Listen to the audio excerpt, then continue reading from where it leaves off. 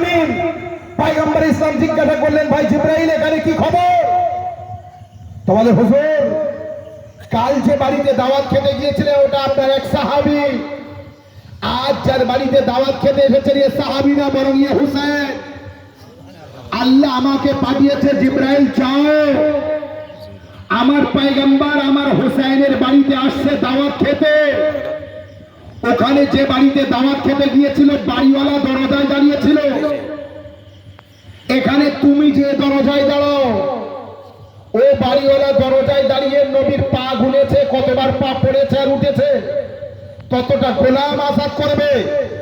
জিবরাইল তুমি যাও, হুসাইনের দাওয়াত খেতে পয়গম্বর যাবে, দরজার পাশে তুমি দাঁড়িয়ে থাকবে।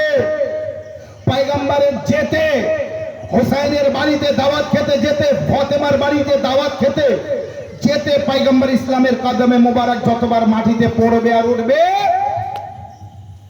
এক একবার, এবার ততবার না, এক একবার পা মাটিতে পড়ার বদলে আল্লাহ হুসাইনের মহব্বতকারী গুনাহগারদের নবীর এক একটা পা পড়ার বদলে ৭০,০০০ করে গুনাহগারদেরকে আল্লাহ ক্ষমা করে দেবে। সুবহানাল্লাহ, সুবহানাল্লাহ, সুবহানাল্লাহ। কত বড় ফজিলত! আল্লাহু আকবার, আল্লাহু আকবার। কত বড় ফজিলত, কত বড় নেকি!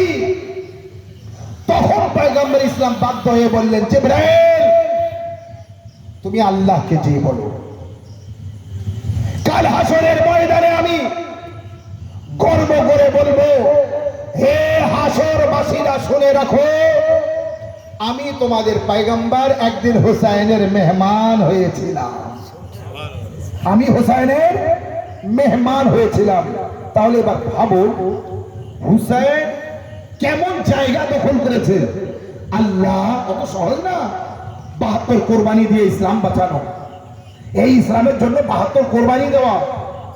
সবাই নিজের শিশুদেরকে ঝগড়া ঝামেলা হলে সেখান থেকে বাঁচায়। ইমাম হুসাইন ইসলাম নিজের শিশুকে কারবালার ময়দানে নিয়ে গিয়েছিলেন, অত সহজ না। নিজের ঘরের মহিলাদের কেন নিয়ে গিয়েছিলেন? যে কারবালায় যে ঘটনা ঘটবে ওই ঘটনা কারবালা থেকে ফিরে সমস্ত দেশ করতে হবে। কে করবে? আমরা যারা ছেলেরা যাব সব তো শহীদ হয়ে যাবো।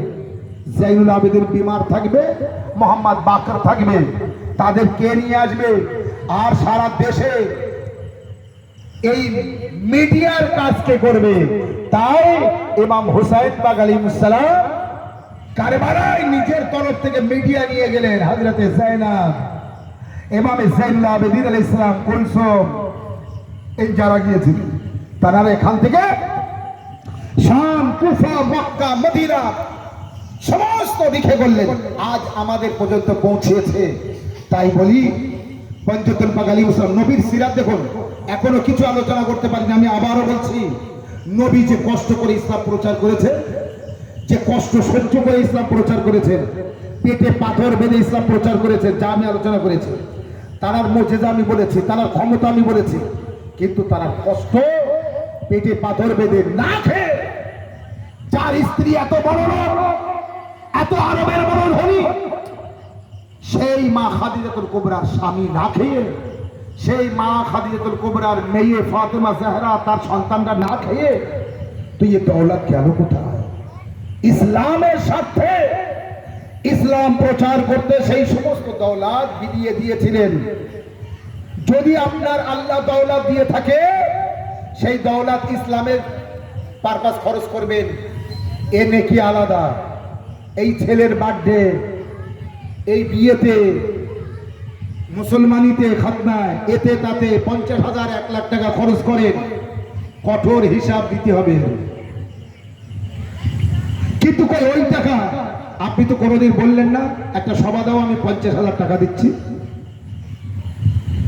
যেটা আপনার ইহকাল পরকালে কাজে আসবে সেই কাজের জন্য আপনি একটা কোরআন খানির ব্যবস্থা করেন সারা গ্রামের মরহুমিনদের জন্য।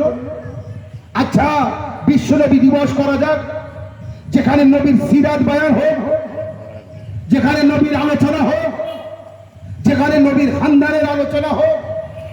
শুনুন, নবী পাককে যে লালন পালন করেছেন দাদা আব্দুল মুতালিব আর চাচা হযরতে আবু তালিব আলাইহিস সালাম, দাদা আব্দুল মুতালিবের ইন্তেকালের পূর্বে তিনি কোরআনদারি করেছিলেন, লটারি করেছিলেন নিজের সন্তানদের ডেকে যে আমার মোহাম্মদ সাল্লাল্লাহু আলাইহি ওয়াসাল্লামের দায়িত্ব কে নেবে।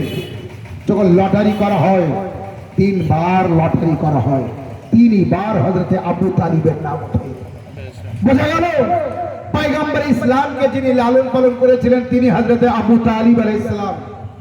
এই আবু তালিব আলাইহিস সালামের সম্পর্কে অনেক আলোচনা আসে মানুষের মধ্যে, কিন্তু সর্বপ্রথম জানবেন নবী পাককে যিনি হেফাজত করেছেন, গাইড করেছেন, ইসলাম প্রচার করতে সহযোগিতা করেছেন, সাহায্য করেছেন, তিনি হযরতে আবু তালিব আলাইহিস সালাম।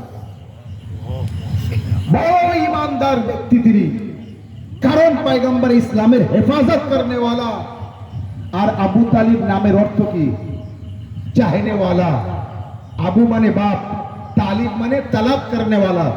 বুঝেন, আবু তালিব চাহনেওয়ালার পিতা। ये कीचे पिता এই কথার